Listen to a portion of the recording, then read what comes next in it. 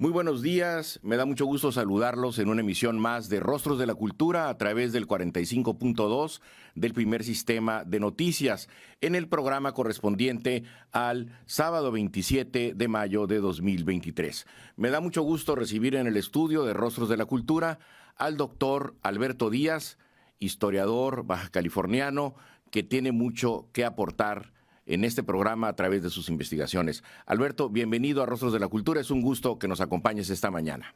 ¿Qué tal? Buenos días. Pedro Ochoa, un saludo a todos. Gracias por esta invitación que me haces de participar en este foro, en este espacio para platicar un poco de lo que he investigado. Y bueno, buenos días a la audiencia y a todos. Y estoy muy contento de estar en este momento aquí con ustedes para compartir un poco de mi experiencia profesional, ¿no?, como historiador. Muchas gracias, Alberto. Primero, platícame, por favor, platícanos al público cómo surge tu interés, tu vocación por los temas históricos de Baja California. ¿Tú eres nativo de Tijuana? Así es, soy aquí de Tijuana, sí, en Tijuana en el 84 y desde muy pequeño siempre viví en el cuadro antiguo de la ciudad o en el centro. Sí. Nací en el centro, y siempre me llamó la atención conocer cómo era el proceso de desenvolvimiento de la ciudad, ¿no? Y desde muy joven empecé a tener interés por conocer la historia de mi ciudad y también de mi estado. Bien. Y de ahí surgió ese gusto, ¿no? ¿Qué estudiaste, Alberto? Estudié Historia, la licenciatura de Historia en la Facultad de Humanidades y Ciencias Sociales, en la UABC. En la UABC. En el campus Tijuana, así fue. Bien. ¿Y estudiaste la licenciatura y la maestría? Entiendo que también hay. Sí, hice la licenciatura. Después de terminar la licenciatura, hice un año de máster 1 en Historia Cultural y Social en la Universidad de Versalles, San Quentin y Belén, en Francia. Después regresé en el 2013 y ya después entré en el 2016 a hacer la maestría y después el doctorado que acabo de terminar. Pero vamos a tratar de ir. Esa parte me interesa muchísimo, tu paso por Francia y tus estudios allá. Entonces, terminas tu licenciatura. ¿Cuál es tu tesis de licenciatura? En la licenciatura trabajé un protocolo de investigación sobre los transportes, el desarrollo del transporte en Baja California, y que me sirvió para la propuesta cuando me fui a Francia. Bien, ya se asomaba, el interés por la infraestructura de alguna manera, ¿no? Sí, así es. De hecho, a mí me interesaba conocer cómo se había dado este impulso a las vías de comunicación, que si bien para ese momento no estaba tan claro todavía mi tema, tenía algunos atisbos. Sí. Ya conforme fui llevando la investigación de fuentes, ¿no? De fuentes primero, acercarme a fuentes, y ya en Francia me empezó a llamar mucho la atención el papel que tiene la infraestructura para el desarrollo de las regiones. Es fundamental, ¿no? Sí, fundamental. Y curiosamente, si bien en Francia toman muy en cuenta el papel de la infraestructura, de hecho la palabra infraestructura es una palabra francesa. A ver, ¿cuáles son las raíces? Esta palabra proviene del francés, que después se introduce en el inglés en el siglo XIX y estaba asociada al ferrocarril. Bien. Pero la connotación estaba asociada básicamente a todos los trabajos de poner los rieles, los durmientes, hacer los terraplenes, y toda esta parte relacionada con el trabajo para montar los rieles, ¿no? Y ya después fue cambiando la palabra hasta convertirse en una palabra en términos económicos y políticos de transformación del espacio, ¿no? Excelente, fíjate que es algo que yo no tenía conocimiento, es importante saberlo. Y entonces, después de la licenciatura, ¿es cuando te vas a Francia o haces primero la maestría en Baja California? Termino la licenciatura. Sí. Y después en el 2012 me voy a Francia. Ahí duró del 2012 al 2013. Regreso, ¿no? Y con la intención pues de dedicarme a la investigación. Y busqué un programa que se acercara a mis intereses, ¿no? Y bueno, la UABC, que es mi alma mater, ¿no? Vi que tenían el programa de maestría y que ahí podía desarrollar este tema de vías de comunicación, aunque en la maestría ya trabajé el tema del turismo. Bien. Y ya después me fui a la infraestructura, ¿no? ¿El turismo enfocado a qué área, Alberto? Ahí asociado también al tema de las vías de comunicación. Si bien en el turismo hablo sobre las representaciones, el tema cultural, le di mucha atención al tema de cómo eran las diligencias, el ferrocarril, las rutas que existían, toda la transformación que ocurrió en el sur de California y desde luego en su momento Distrito Norte de la Baja California. Fíjate, yo desconocía que también has manejado este tema y es importantísimo para nosotros el surgimiento de la Feria Internacional de Comercio en San Diego, ¿no?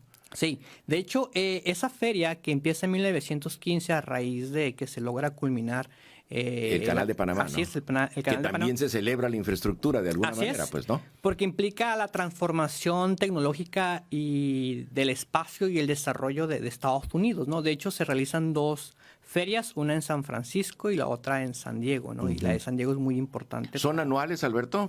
¿O cada...? Nada más se hicieron en el 1915 y 1916. Y ya después se hace otra hasta el 36, pero ya tiene otro sentido, ¿no? Otro origen.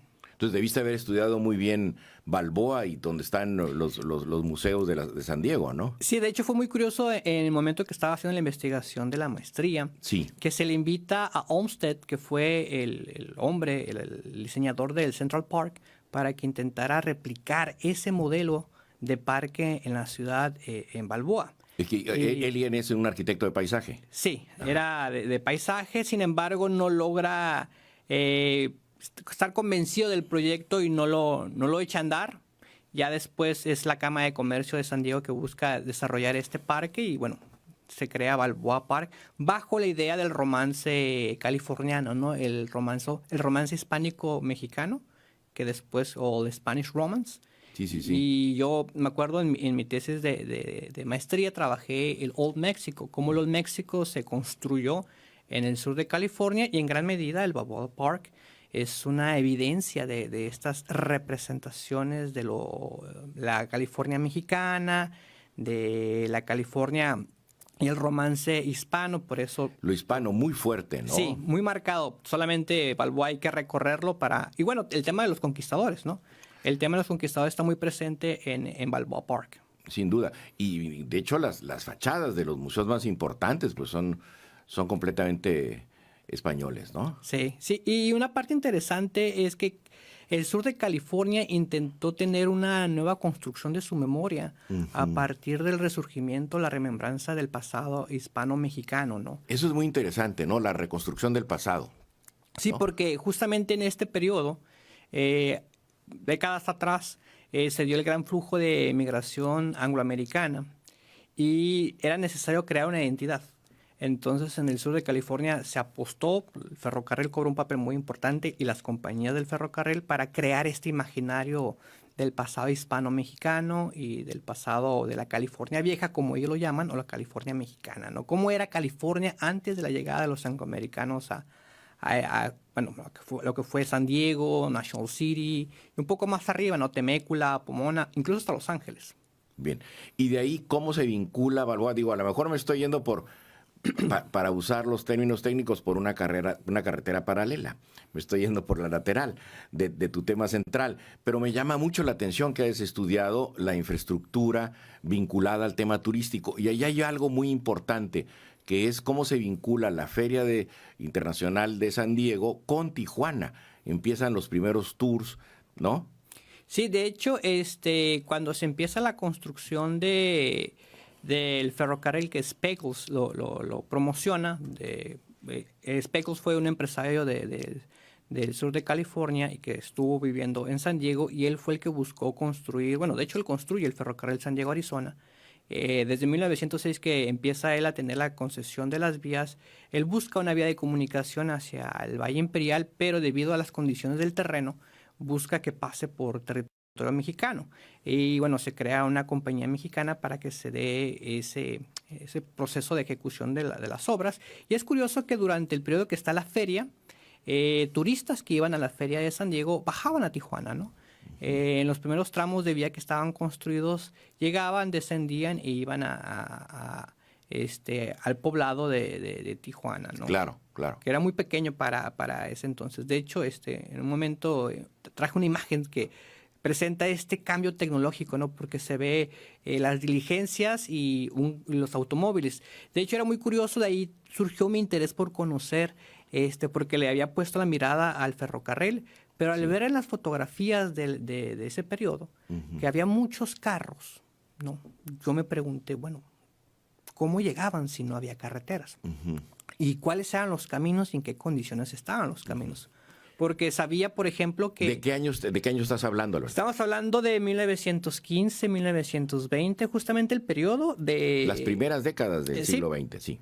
Que las carreteras se vuelven muy importantes para el sur de California y bueno, en San Diego es una de las ciudades pioneras en la construcción de caminos, en donde el mismo hombre que estuvo involucrado, de hecho Speckles fue uno de los hombres más importantes que invirtió en la feria de San Diego, ¿no? En la feria internacional en Balboa Park.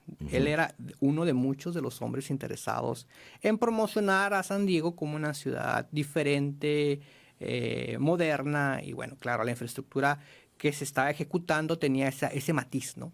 Claro, claro.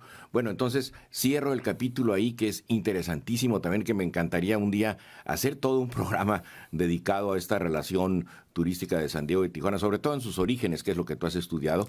Entonces, de ahí, después de la maestría, es cuando decides irte a Francia. Ya había hecho los estudios en Francia. Ah, bien. Hago la maestría y ¿termino? Pero no, platícame de lo que fue Francia, digo, eso es muy importante, por favor. Sí, bueno, esa parte creo que ha sido fundamental en mi vida, tanto personal como académica. Sí. Principalmente, bueno, elegí Francia porque durante la formación leímos a muchos autores franceses y los enfoques relacionados con la historia cultural.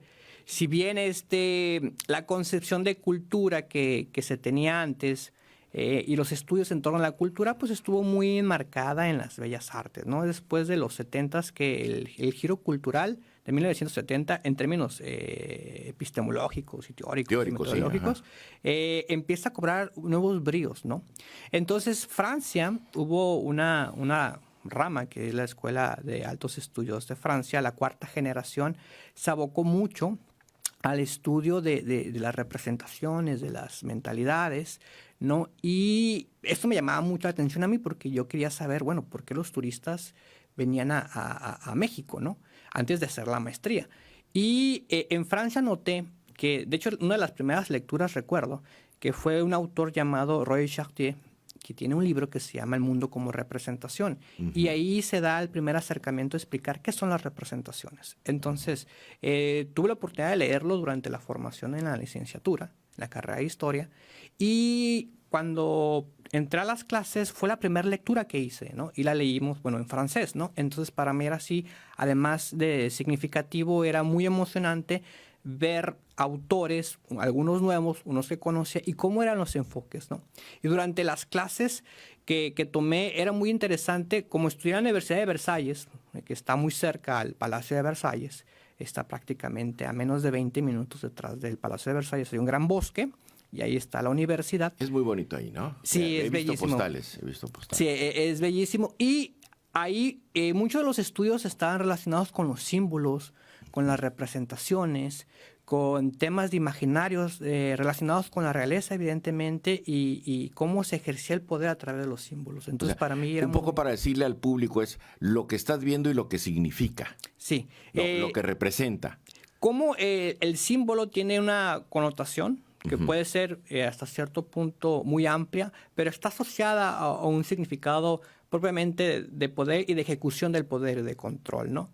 Entonces, por ejemplo, yo miraba a mis compañeros que ellos estudiaban aspectos como la importancia de los símbolos de Luis XIV, ¿no? Bien. Y eran cosas como, pues, sus escudos de armas, por decir algo, y temas que nunca me imaginé que se estudiaran, ¿no? Creí que eran más temas que se tocaban en eventos, en ponencias, en congresos. En un guía de turístico, en un museo, pues, sí, ¿no? Y no tanto como una formación, ¿no? Y tienen todo un impacto y todo un desarrollo, ¿no? Sí, y esa parte para mí fue muy significativa en términos de que me impulsó a tratar de estudiar otras cosas distintas, ¿no?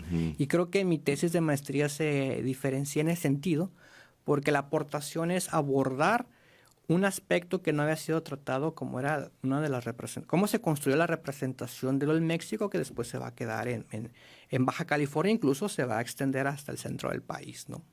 Sí, bueno, hay toda una arquitectura en California, el colonial californiano, ¿no? Sí, que curiosamente está desde Ventura, sí, California, hasta aquí a la frontera, ¿no? De hecho, tenemos espacios que emulan ese pasado glorioso O que se quiere romance. pensar que fue glorioso, ¿no? Sí, digo glorioso en términos de que se imaginó que fuese así, ¿no? Por ejemplo, bueno, el Casino Aguacaliente es uno, el Hotel Riviera es otro, que tiene esta idea de Sí, espacios cómo no. suntuosos, ¿no? Y además muy bellos, ¿no? Sí, sí, sí. Es una arquitectura muy grata, ¿no? Al menos a nosotros que somos de acá nos lo parece. Sí, y tiene ese sentido de calidez, ¿no? Sí. De proceso de desarrollo de esta parte del país, ¿no? Bien. Entonces, ¿cuánto fue el tiempo que estuviste en Francia? En Francia fue un año. Un año. El máster 1, hay dos tipos de máster. Máster 1, que es el profesional, y el máster 2, que es investigación. Solamente hice máster 1, Ujú. porque, bueno, me debatía si me quedaba en Francia o me regresaba, ¿no? Entonces, como la visa es un tema de visas, ¿no? Dije, bueno, termino mi año, que fue a lo que me aceptaron, y regreso, ¿no? Y regresé con muchas ganas de transmitir y bajar un poco de lo que aprendí durante ese año. Y me fue muy bien. De hecho, rápidamente busqué dónde entrar a hacer los estudios de posgrado y tuve una muy buena dirección también, eso hay que señalarlo. ¿Quién te dirigió? El que me dirigió en la maestría y también fue en el doctorado fue el doctor Marco Antonio Samaniego. Él es investigador del Buen amigo, Instituto. claro, bueno, le mandamos un saludo. ¿Quién es Marco Antonio Samaniego para el público? ¿Qué nos puedes decir de él? Pues el doctor Marco Antonio Samaniego es de los historiadores más importantes de la región por los temas que él ha trabajado. Una de sus áreas de dominio tiene Sí. que ver con el tema del agua, ¿no? Los Lo ríos. conoce muy bien. Sí, el tema de los ríos, el río Colorado, importantísimo para entender la región. Y él ha trabajado el tema de la infraestructura, pero la infraestructura hidráulica.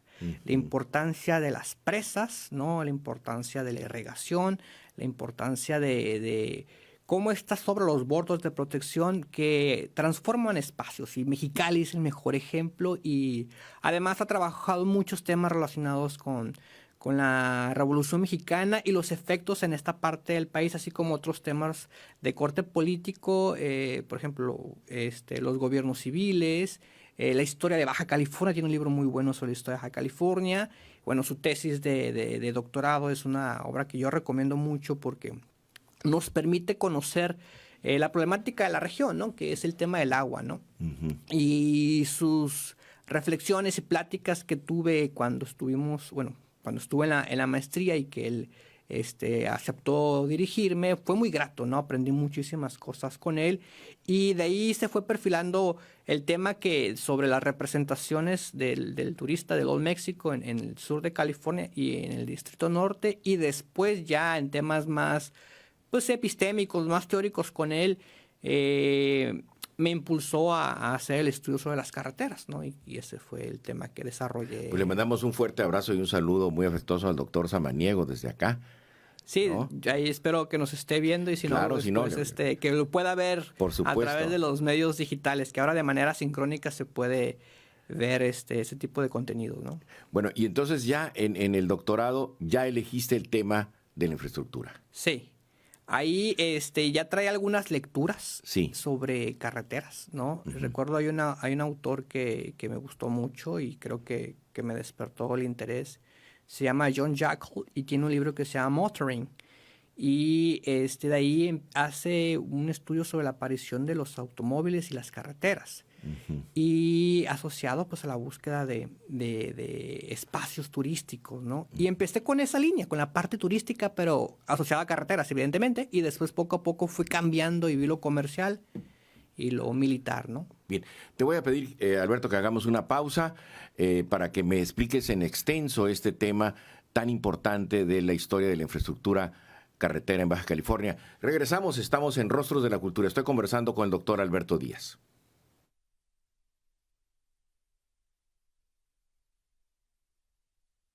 Sigo conversando con el doctor Alberto Díaz. Estamos en Rostros de la Cultura. Bien, entonces, Alberto, ahora ya entrando en materia, ¿qué descubriste? Porque cuando uno encuentra el tema, no sabe, bueno, cuando uno busca el tema, se identifica con el tema, no sabe lo que va a encontrar. No sabe de qué tamaño es el campo de investigación, supongo yo. ¿Qué encontraste? Bien, lo que encontré en esta investigación sobre la infraestructura carretera, que bueno, el tema que investigué es caminos y infraestructura carretera, encontré cómo las carreteras o los proyectos carreteros se fueron transformando a partir de una iniciativa de buscar conectar poblados, los que existían, a funciones o tratar de incentivar las actividades económicas hasta la parte militar. Y uno de los aportes muy importantes que encontré en la revisión de la documentación fue esta cuestión de que las carreteras tuvieron un mecanismo de defensa y control del territorio, ¿no? Y justamente el gobierno postrevolucionario, desde Plutarco Elías Calles en adelante, ¿no? Hasta Miguel Alemán Valdés, el tema de las carreteras como un aparato militar de proteger el territorio estuvo muy presente, ¿no? Y era algo Esa fue como una primer divisa. Sí, esa fue la primera. La segunda, conocer los actores, ¿no? Los actores que se involucraban en el proceso de la construcción de carreteras, porque en ocasiones se piensa que las carreteras son iniciativas propiamente del Estado, ¿no? Sin embargo, en la investigación encontré cómo se dio esta vinculación entre el sur de California, específicamente San Diego y el Valle Imperial, con comerciantes, con las cámaras de comercio para buscar crear una región en términos económicos, y las carreteras fueron esta vía de negociación, ¿no? Cómo las carreteras se convirtieron en un mecanismo de negociación política, ¿no? Y curiosamente, yo, bueno, terminé mi investigación en 1956 con el plan de carreteras interestatales que hace Dwight Eisenhower, bajo esta misma lógica de que fueran carreteras para fines militares. Estuvo asociado el tema de la productividad, de ayudar a la producción de las actividades, es decir, permitir que saliera el flujo de mercancías y productos y desde luego la movilidad. Sin embargo, el tema militar y la seguridad nacional cobra aquí un nuevo interés. De hecho, incluso la palabra infraestructura se asocia al tema de seguridad nacional, ¿no? Que esa sería otra de las aristas. Y la tercera, y esta me gustó bastante, ¿no? Poderla clarificar en la investigación, es entender que los proyectos de infraestructura carretera son proyectos de largo periodo, ¿no? Son proyectos que no se concluyen en poco tiempo porque hay muchas vaivenes, hay muchos elementos que hay que tomar en cuenta, como los procesos y las pugnas, por dónde tienen que hacerse los caminos, el espacio, ¿no? Cómo el espacio es un actor importante para que los caminos se hicieran. Cuando revisaba los diarios o las bitácoras de las zonas por donde pasaban, de que no había agua y que las condiciones eran muy extremas, no había zonas donde cargar gasolina, y toda esta parte, pues me hacía me motivaba a pensar, bueno, hay que entender que la construcción de los proyectos carreteros, para empezar, son onerosos, ¿no? Son muy caros. Claro. Y segundo, el papel de los ingenieros que participaron en la construcción de carreteras, las personas, ¿no? Porque también durante la pesquisa encontré que había muchos conflictos porque a los trabajadores no se les pagaba. Y vivían en campamentos donde se construye la carretera con las condiciones climáticas de la región que son muy, muy drásticas y extremas, ¿no? Bien, Entonces, y Baja California, perdón Alberto que te interrumpa, bueno, ya hablaste de los tres aspectos, ¿no? Primero es un tema militar, es un tema de seguridad nacional, de seguridad del territorio, luego la parte económica, el movimiento de productos, ¿no? Y bueno, la otra parte es cómo se organiza, quién la realiza, la situación de los trabajadores, si es que estoy entendiendo. Ahora, hay una parte importantísima, la situación geográfica de Baja California obliga necesariamente a estas conexiones, primero por vía férrea, supongo, y luego por la carretera. ¿En qué periodo se dan estos dos grandes? Porque además vienen a constituir un cambio para la península y la relación con el resto del territorio nacional. Bueno, el tema del ferrocarril, hubo un proyecto evidentemente del ferrocarril que mencionaba Speckles, ¿no? Que empieza a construirse en 1906 y termina en 1919 y pasa por territorio mexicano.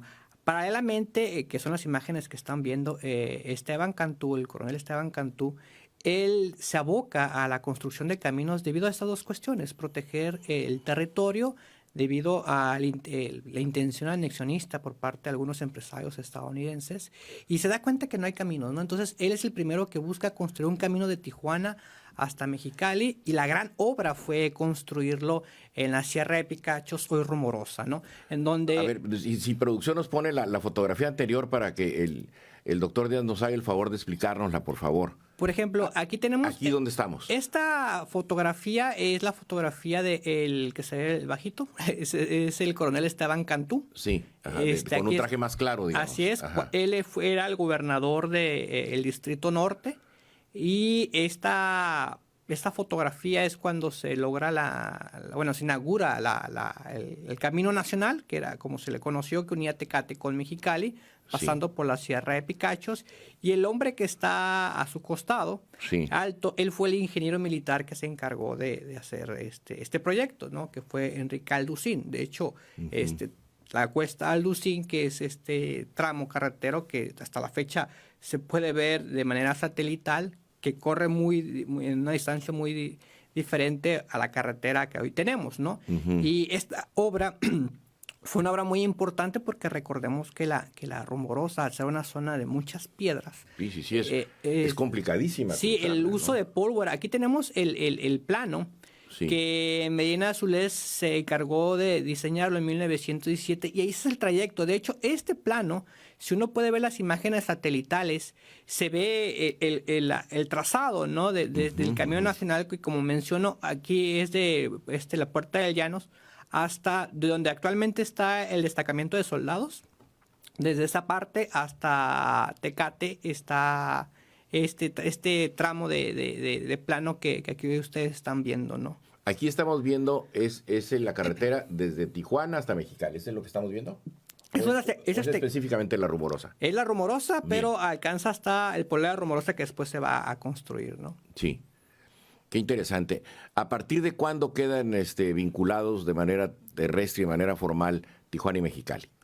Tijuana y Mexicali en 1919, con la culminación de esta obra. Bien. Aunque debo de mencionar que esta obra fue un camino de terracería. Sí, ¿no? Sí, claro. Aquí tenemos uno el Puente México, que se construye en 1921 durante la gobernatura de Manuel Valareso, que es el puente los pilotes son de madera, pero ya tenía concreto, ¿no? Y esta vía es muy importante porque conectar Tijuana con San Diego no únicamente significaba el acceso o la posibilidad de que entraran vehículos, era la arteria más importante para conectar a Ensenada con San Diego, porque recordemos que en aquel tiempo, en esta década, en 1920, Tijuana dependía de Ensenada, era una delegación de Ensenada, ¿no? Hasta 1925. Ensenada era la capital.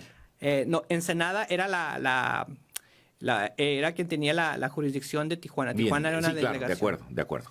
O sea, Tijuana era delegación de Ensenada. Y Mexicali, de 1915, es la capital, que antes de que Esteban Cantú, la capital era Ensenada, pero Esteban Cantú cambia la capital en 1915 a Mexicali, ¿no? Sí, porque Ensenada había sido como la capital en el 19, ¿no? Así es, bien. Así es. Bien, esta foto entonces, ubícanos otra vez esta foto. Esta foto es muy particular porque la obra de Manuel Valareso, después de Esteban Cantú, hubo otros gobernadores. Luis M. Salazar duró muy poco, 3 meses, ¿no? Y Manuel Valareso se abocó también al mejoramiento de los caminos, ¿no? De hecho, hubo 2 caminos, el camino nacional y el camino militar. El camino militar era de Tijuana a Ensenada, y a Valareso le interesaba mejorar este camino que había quedado inconcluso, ¿no? El camino militar, que después se va a convertir en la carretera escénica. Así se le conoce escénica por el panorama, no es que fuera la escénica por el tipo de diseño como hoy lo conocemos, ¿no? Claro. Y esta obra, que se inaugura en el 21, se va a volver muy importante porque conectaba a San Diego con Tijuana y con Ensenada, y permitió el flujo de pescado, ¿no? Porque mucho del flujo comercial se daba por vía marítima entre Ensenada y San Diego, y bueno, tener una vía que conectara. De hecho, era muy curioso porque en las fuentes se refieren a la conexión de la garita con el pueblo de Tijuana, ¿no? Que sería actualmente la zona centro, ¿no? Bien. Y bueno, vamos a hacer una pausa. El reloj nos marca una pausa más. Y regresando, ¿cuál es la siguiente etapa a que se enfrenta en el desarrollo de la infraestructura de Baja California? Regresamos. Estoy conversando con el doctor Alberto Díaz en Rostros de la Cultura. Gracias.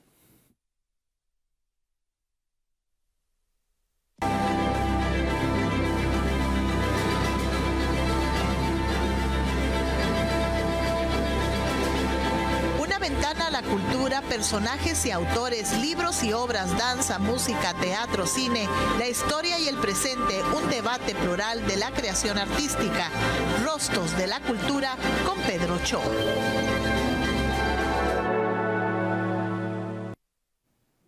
Entonces, nuestra primera conexión con Sonora es el ferrocarril, Alberto. ¿Más o menos de qué año es? Bueno, el ferrocarril sufre diferentes etapas, ¿no? Y se culmina en abril de 1948. Se logra con Miguel Alemán Valdés. Anteriormente se trabajó en el desarrollo del ferrocarril de Mexicali a Fuentes Brotantes, con Lázaro Cárdenas. Sí. Y ya con también Ávila Camacho apoyó a que se construyera el ferrocarril, pero se logra culminar el ferrocarril de Fuentes Brotantes hasta Benjamín Hill, que conectaba ya con Sonora en abril de 1948 y le permitió a Mexicali conectarse con Benjamín Hill, y que también significó la conexión entre Baja California y Sonora, ¿no? Fue un cambio importantísimo para el desarrollo de Baja California, sin duda, porque, pues bueno, nuestras condiciones geográficas estábamos demasiado lejos. Voy a hacer una recomendación al público. Hay una película fantástica en plataformas digitales que se llama Viento Negro, y que justamente el tema es la construcción del ferrocarril entre Sonora y Baja California. Tiene grandes personajes, es dirigida por Servando González, es con David Reynoso y con Enrique Elizalde. Está en plataformas digitales, desde acceso gratuito y de muy buena calidad. No deje de verla. Bueno, entonces ya estamos conectados en el periodo alemanista, completamente con ferrocarril y con la carretera también. Sí, la carretera se termina de construir en el 52. En el 52. Esta carretera es la carretera de Tijuana, Mexicali, San Luis. Y que por mucho tiempo, de hecho, regresando con la parte que nos quedamos, en la década de los 20, por favor. Abelardo L. Rodríguez, bueno, antes de Abelardo está José Inocente Lugo, que él, muy cercano, fue subsecretario de Gobernación de Obregón. No, Obregón estuvo muy interesado por los caminos en el Distrito Norte, y después de que él deja la gubernatura y llega a Abelardo de Rodríguez se vuelve un impulsor de la infraestructura carretera, ¿no? Aquí ven un mapa que realicé a partir de la información que tiene Abelardo L. Rodríguez en su memoria administrativa como gobernador, que duró de noviembre de 1923 hasta 1929. Después, los siguientes gobernantes se abocaron a la construcción de carreteras, y en los 30, en 1930, cuando está José María Tapia, que fue amigo de Abelardo, él también impulsa la búsqueda de mejorar una de las vías importantes, que es la carretera Tijuana-Ensenada. Hay una parte interesante que me gustaría mencionar. Sí, por favor. De esta parte. Por favor, doctor, adelante. Abelardo dimensiona la importancia de los proyectos carreteros, y él es el primero que busca una carretera transpeninsular, bueno, un camino transpeninsular, ¿sí? Desde Tijuana hasta Santa Rosalía. Y él realiza un viaje para conocer las condiciones del terreno y hacer el trazado de este camino, que él inaugura en 1927, que es mapa que aparece en pantalla. Este mapa me basa evidentemente en la información de los lugares, de los puntos, de los poblados por donde pasó Abelardo L. Rodríguez, y que tuvo esta intención de conectar a los dos territorios, ¿no? Oye, Alberto, ¿y por qué precisamente a Santa Rosalía? ¿Por las minas? Por las minas. Evidentemente era por las minas en Santa Rosalía. Recordemos que estaba la mina El Boleo. El Boleo, claro. ¿No? Que tenía la concesión los franceses, ¿no? En esta parte, y se extraía cobre, ¿no? Cobre y otros productos mineros. Y era muy importante el cobre en Santa Rosalía, y la conexión con Santa Rosalía respondía a esta cuestión de conectar uno de los polos importantes, ¿no? Por un lado, uno de los polos más importantes mineros con la frontera, que en este caso era Tijuana, y el recorrido por toda esta parte pues era conectar los poblados. Hay que mencionar que este camino era de terracería, ¿no? Había muchas partes donde eran senderos naturales, ¿no? Y pero tuvo esta intención, ¿no? Y Abelardo lo buscó, y es como una de sus grandes iniciativas que... Pues es una gran aportación. Así es. Es una de las grandes iniciativas que después vamos a ver. De hecho, el trazado es muy parecido al de después se va a hacer con la carretera transpeninsular, que se termina con Luis Echeverría en 1973, ¿no? Y el trazado es muy idéntico, por no decir igual, ¿no? ¿Qué podrías decir de esa gran obra de la carretera transpeninsular? ¿Cuánto tiempo duró la construcción? Hubo etapas, ¿no? Hubo diferentes etapas, por ejemplo, en la Segunda Guerra Mundial, cuando es la Segunda Guerra Mundial, para Estados Unidos, Baja California era un espacio estratégico territorialmente, ¿no? Sí, claro. Y Manuel Ávila Camacho deseaba que se construyera una carretera desde Tijuana hasta La Paz, ¿no?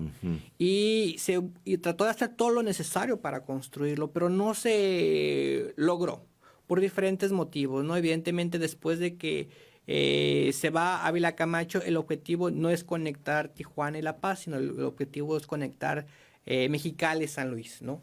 Entonces hay que tomar en cuenta cuáles eran los objetivos que tenían los presidentes en turno sobre las vías de comunicación en la región.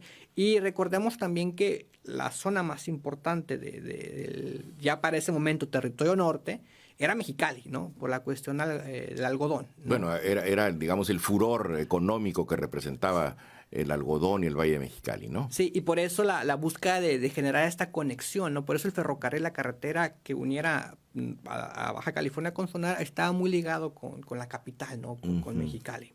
¿Qué me puedes decir de este mapa que estamos viendo ahora en pantalla? Este mapa es muy interesante porque es un mapa que hace la Dirección Nacional de Caminos. Sí. Y el ingeniero que se encarga en hacerlo es Guillermo Aguilar Álvarez. Sí.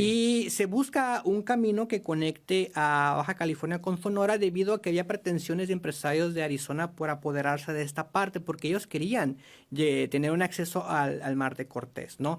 Mandan 6 años antes, ese es de 1936, en 1930 llega el secretario de Comunicaciones y Obras Públicas, Juan Andreu Almazán, y se da cuenta de que era importantísimo una carretera que uniera a estos dos territorios por cuestiones militares, ¿no? Sí. Y este proyecto de esta carretera que se busca idear, pues el ingeniero Guillermo Aguilar hace un trazado de dónde podía pasar la ruta, ¿no? Que yo diseñé este trazado a partir de la información que encontré en el Archivo General de la Nación, donde está la información recabada de este estudio. También es muy importante que en 1931 a 1935 se construye la presa Boulder. La presa Boulder va a ser muy relevante porque va a permitir que se controle el canal de agua, y esto va a permitir que en zonas por donde pasaba el cauce queden secas. Entonces, cuando se hace el estudio, el ingeniero Aguilar señala que gracias a la presa Boulder se puede hacer el trazado tentativo del camino que uniera a Mexicali con Sonora, ¿no? En este caso, directamente hasta Cananea, ¿no? Entonces, y bueno, a Nogales por un lado y también a Cananea y hacia Hermosillo, ¿no? Aquí se ve nada más una parte del trazo de la carretera por cuestiones de estudio, ¿no? Y se confirma lo que nos dices, que la carretera y la comunicación es garantía de la seguridad nacional, ¿no? Así es. De hecho, eso es muy particular porque esta información está en los archivos, ¿no? Claro. De hecho, me tocó hacer investigación en National Archives en Washington y encontraba lo mismo, ¿no? El tema de lo militar. Y de hecho encontré información de la Segunda Guerra Mundial, lo que mencioné hace unos instantes, de la importancia de la carretera desde Tijuana hasta La Paz. De hecho, Estados Unidos durante ese periodo, ellos querían esta carretera para poder desplazar hombres, ¿no? Sí, bueno, decían que se temía un ataque japonés y que iba a entrar por Baja California, que era una zona desprotegida, y bueno, está la valiosísima intervención del presidente Cárdenas, ya como jefe de la zona militar del Pacífico, para impedir que esto ocurra, ¿no? Sí, de hecho hay un libro reciente, no quiero que suene comercial, pero hay un libro de Pérez Monfort que es de Lázaro Cárdenas, tiene 3 tomos. Yo les recomiendo mucho el tomo 2, de hecho acaba de salir en 2022. ¿Cómo se llama el libro? Lázaro Cárdenas. Y está dividido en 3 tomos. El primero es sobre la vida de Lázaro Cárdenas, el segundo es toda su parte como presidente y cuando él es jefe militar durante la Segunda Guerra Mundial con Manuel Ávila Camacho hasta su proceso como secretario de Defensa de Guerra. Y también, bueno, ahí explica todas las negociaciones con el general de Witt en San Diego, aquí en Tijuana. Y fueron en Aguacaliente, ¿no? Sí. Sí. Unas fueron en Aguacaliente y otras fueron del lado estadounidense. ¿En San Diego dónde se llevaron a cabo? Si mal no recuerdo, fueron ¿En el puerto? No, en el puerto de San Diego. Fue creo que fue en el centro de San Diego, no recuerdo bien si fue cerca de Balboa Park o por esa zona, pero no fue en parte militar, no fue en la zona militar de estado de Bueno, de entonces, Balboa. tratando de recapitular, yo sé que es muy difícil, Alberto, pero para poderlo retener como público y que me ha resultado interesantísima esta plática, estoy muy, muy agradecido con tu presencia esta mañana aquí. Entonces, primeramente, bueno, es el ferrocarril, la conexión con Sonora y la carretera, y esto, la culminación en el periodo del presidente alemán, ¿no?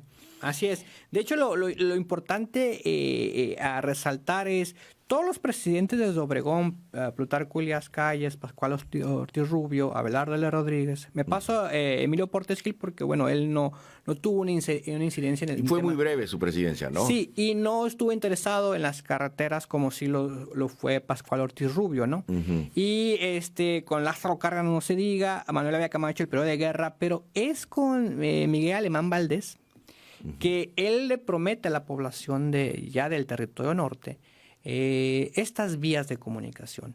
Una vez que Perdón, él había transformado el territorio en estado, alemán sí, también. de hecho, cuando se terminan las obras, Sí. se logra, a los meses, se logra el cambio de categoría, en la cual nos convertimos en el estado 29. El estado 29. En el 52, ¿no? Entonces, de hecho, una de las necesidades para que nos volviéramos estado era tener un nivel de población y vías de Y comunicación. vías de comunicación. Y- Y vamos a hacer una pausa porque luego vienen, no has hablado de la carretera más bonita, no del estado, sino del país, que es la de Tijuana-Ensenada. Ahorita regresamos, vamos a hacer una pausa comercial. Estoy conversando con Alberto Díaz en Rostros de la Cultura.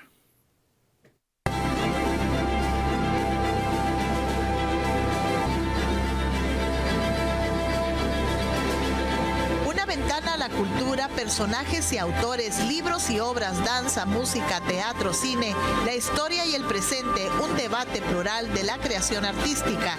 Rostros de la Cultura con Pedro Cho.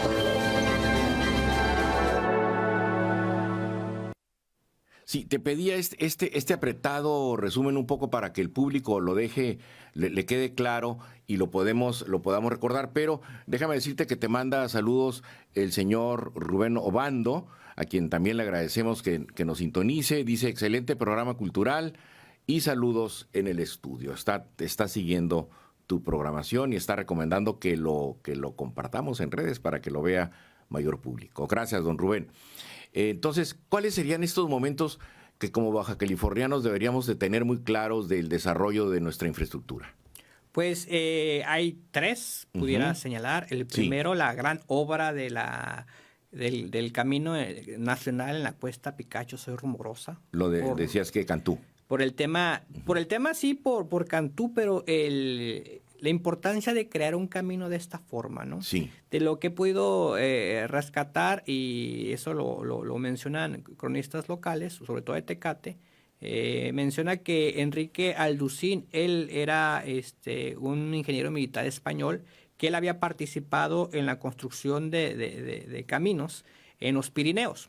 Sí. Y este conocimiento le sirvió para construir el camino que lleva su nombre, la Cuesta Alducín, o el Camino Nacional, porque hacer esa obra pues era extremadamente difícil y complicada. De hecho, toda la información que está en la Comisión Nacional de Caminos, como la Dirección Nacional de Caminos, que se crea en el 32, o no cambia de nombre, desde Comisión Nacional de Caminos a Dirección Nacional de Caminos, toda la información es que esa obra es una obra importantísima, ¿no?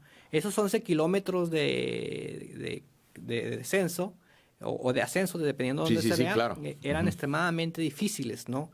Y lograr esa obra pues debe estar enmarcada de las obras más importantes, al menos en la región. De hecho, se me olvidó mencionarlo, en una revista en Estados Unidos sobre esa época que se llama Western Building, aparecen fotografías de la construcción del camino en la Rumorosa, antiguamente Cuesta Picacho, ¿no? Y se ven ahí los trabajadores. Y me pareció curioso que esta revista de Estados Unidos... Le hacen un reconocimiento, digamos. Así es. Y ven este trabajo de Esteban Cantú como un gobernador visionario, ¿no?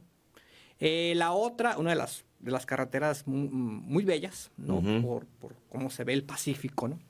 Es la carretera escénica. Eso es espectacular. Es bellísima. De hecho, bueno, no se alcanzan a ver aquí tengo un mapa de todo la península. Los planos que me pudo proporcionar la Secretaría de Comunicaciones y Transportes, pues son planos muy largos, ¿no? Y se ven los planos de la construcción de la carretera Tijuana-Ensenada. Evidentemente, debido al terreno, debido a las condiciones de nuestra región, que el suelo es muy arenoso, ¿no? Las lluvias siempre causaron estragos en el camino y eso necesitó de muchos trabajos para mejorarlo. Es en el periodo bueno, Abelardo L. Rodríguez es importante en esta fase, pero quien logra culminarlo es Agustino Lachea. En el 36 se logra pavimentar la carretera, ¿no? Aquí hay varios elementos a señalar. Es primero Manuel Barbachano, que fue el empresario que ayudó a la construcción. Claro, por supuesto. Y un organismo nuevo, la Junta Local de Caminos, que se crea para ayudar a la construcción de caminos, en donde, bueno, esta junta estaba organizada por el gobernador, las cámaras de comercio y el gremio de choferes, ¿no?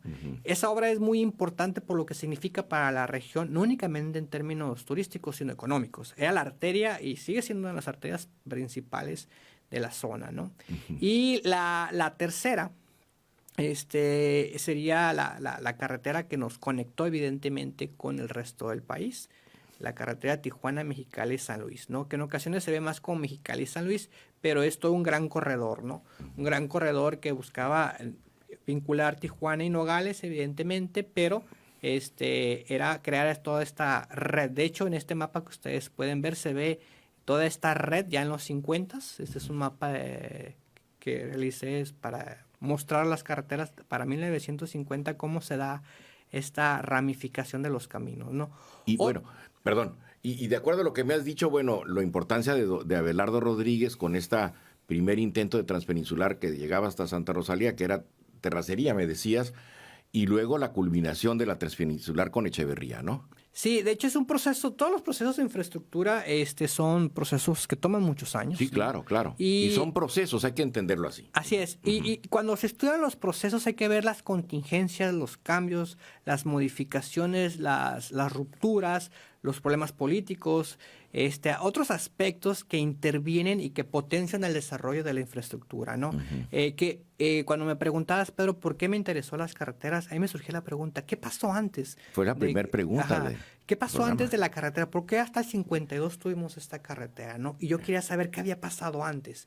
Entonces, eso me motivó a hacer la investigación que aquí les muestro, pues un resumen, ¿no? muy, muy general de la investigación. Espero pronto la universidad pueda subir mi tesis en el repositorio de UABC para que quien quiera leerla para tener acceso a ellos. ¿No? Alberto, muchísimas gracias. Estoy muy, muy, muy impresionado con tanta información y la manera en que la has expuesto para el público, el desarrollo de la infraestructura de Baja California. Estoy seguro que has dado simplemente un atisbo, un acercamiento por la importancia y la enorme cantidad de datos que manejas. Te manda a saludar también el señor Raúl Morán. Te voy a dar su texto hace alguna opinión sobre tu excelente charla. Muchísimas gracias.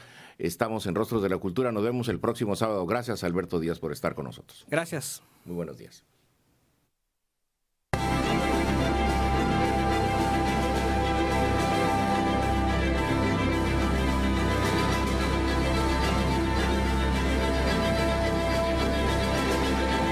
Ventana a la cultura, personajes y autores, libros y obras, danza, música, teatro, cine.